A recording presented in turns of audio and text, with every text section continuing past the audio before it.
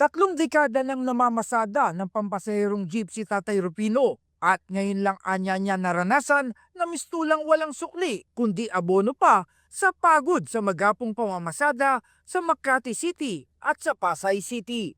Dahil ito sa patuloy na pagtaas ng presyo ng krudo dulot ng kaguluhan sa gitnang silangan. Dito lamang Martes ay umabot na sa mahigit 100 piso ang presyo ng diesel. Nauna nang inihayag ng Department of Transportation ang pisong dagdag pasahe na dapat sana magsisimula ngayong araw ng Huwebes, ngunit sinuspindi ito ni Pangulong Bongbong Marcos para pangalagaan anya ang mga commuter.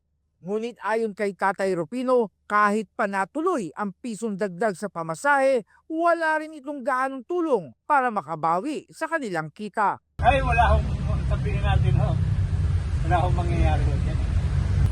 Swertihan na lang ho to. Pag puno ho, okay lang. Pero pag pagbalik, walang pasahero, wala ho tayo mo ito.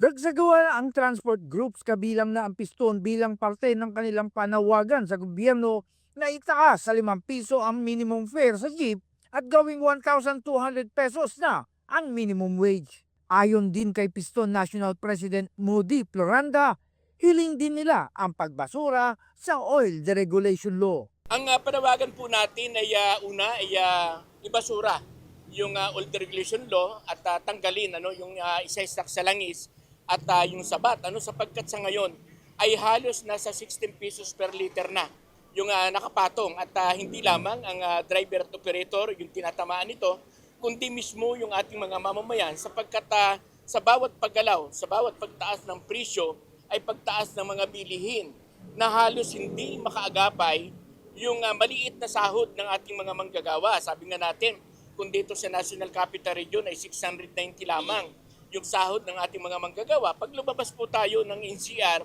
ay halos nasa 500 pesos lamang yung sahod ng ating mga manggagawa. Kaya tingin natin ay dapat ito yung inuuna ni BBM. Bakit 5 pesos yung tingin natin?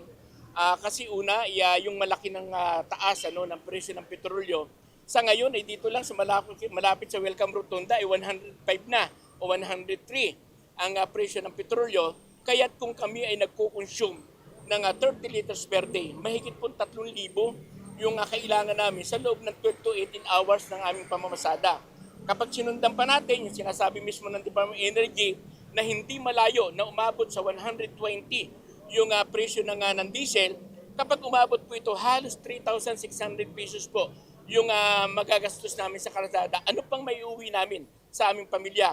Ayon kay Floranda, nagkaroon ng pagtitipon ng ilan sa kanilang 10,000 miyembro sa ilang piling lugar sa Metro Manila. Ngayong araw ay nagtitipon-tipon yung iba't ibang masap area, hindi lamang dito sa Welcome Rotunda, kundi sa ibang bahagi pa ng National Capital Region, ay nagtitipon-tipon yung mga driver at mamamayan. Kaugnay nga dito sa sinasagawa natin na transport strike laban dito sa patuloy at walang habas na pagtaas ng presyo ng petrolyo. May ilang ruta pa kaninang umaga na napakaluwag ng mga bumabiyahing jeep dahil konti ang mga pasahero matapos suspindihin ang mga pasok sa eskwelahan at may mga empleyado ang minabuti sa bahay na lamang magtrabaho. Voluntaryo naman anya sa panig ng mga driver ang hindi pagpasada. Ang layunin naman natin ay kusang loob. Dapat kusang loob silang huminto dahil ito naman ay hindi lang para kung kanino, ito ay para sa lahat. At siyempre yung kalagayan ng sektor ng transport ay hindi talaga maiwasan. Yung iba dyan naghahabol ng pang-almusal na para sa kanilang pamilya, kahit yung iba ay bumibiyahe pa.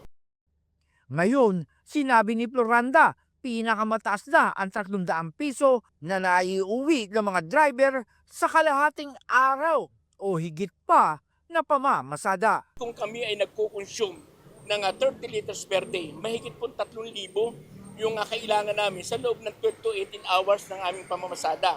Kapag sinundan pa natin yung sinasabi mismo ng Department of Energy na hindi malayo na umabot sa 120 yung presyo ng diesel, kapag umabot po ito halos 3,600 pesos po yung magagastos namin sa kalsada, ano pang may uwi namin sa aming pamilya. Kung dati ay nakakapag-uwi pa tayo ng 500 to 700, ngayon po, batay po sa ating mga datos, ay halos 200 to 300 pesos na lamang yung naiuwi ng ating mga driver at mga operator. Ayon naman kay MMDA General Manager Nicolas Torre III, wala silang namonitor na na-stranded ng mga pasahero at naging normal lang din ang daloy ng mga sasakyan sa mga lansangan.